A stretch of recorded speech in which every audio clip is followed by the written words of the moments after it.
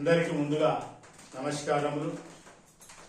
తెలంగాణ రాష్ట్ర ప్రభుత్వం ఎస్సీ వర్గీకరణ చేసి చట్టసభల్లో ఆమోదించినందుకు తెలంగాణ రాష్ట్ర ప్రభుత్వానికి మా ఎస్సీ 59 కులాల తరపున నమస్కారం తెలుపుతున్నాను.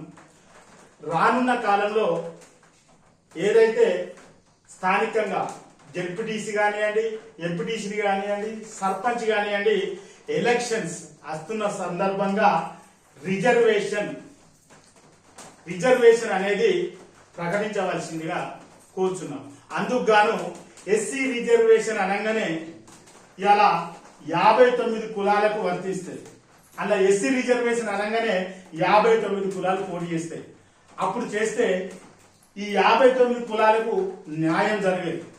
అందుకని ఎస్సీ రిజర్వేషన్ అనగానే ఏ గ్రూప్ కా, బి గ్రూప్ కా, సి గ్రూప్ కా ప్రకటించినప్పుడు ఈ 3 గ్రూపులకు న్యాయం చేయగలుగుతుంది. ఇలా ఎస్సీ వర్గీకరణగానే ఆర్థికంగా మాలామాదిగలే ఉన్నారు కాబట్టి వారే పోటీ చేసి ఈ స్థానిక ఎలక్షన్ లో గెలుస్తారు.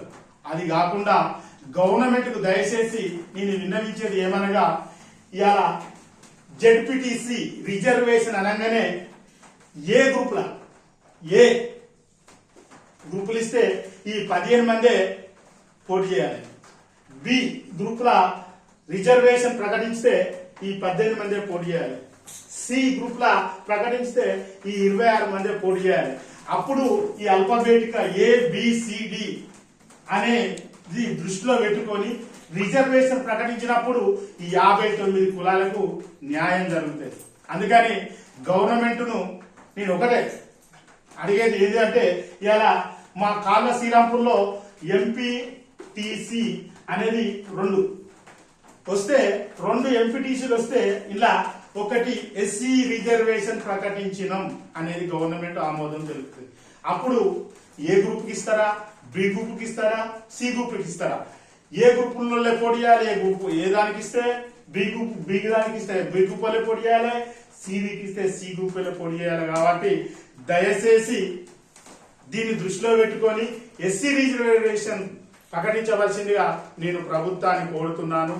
అప్పుడే ఎస్సీ వర్గీకరణకు మీరు న్యాయం చేసినట్టుగా మేము అనుకుంటాం. కాబట్టి దీన్ని దృష్టిలో ఉంచుకొని ఎస్సీ రిజర్వేషన్ ప్రకటిస్తే ABC దీన్ని దృష్టిలో పెట్టుకొని ఇవాళ రిజర్వేషన్ ఇవ్వాల్సిందిగా గవర్నమెంట్ తెలంగాణ ప్రభుత్వాన్ని కోరుచున్నాను.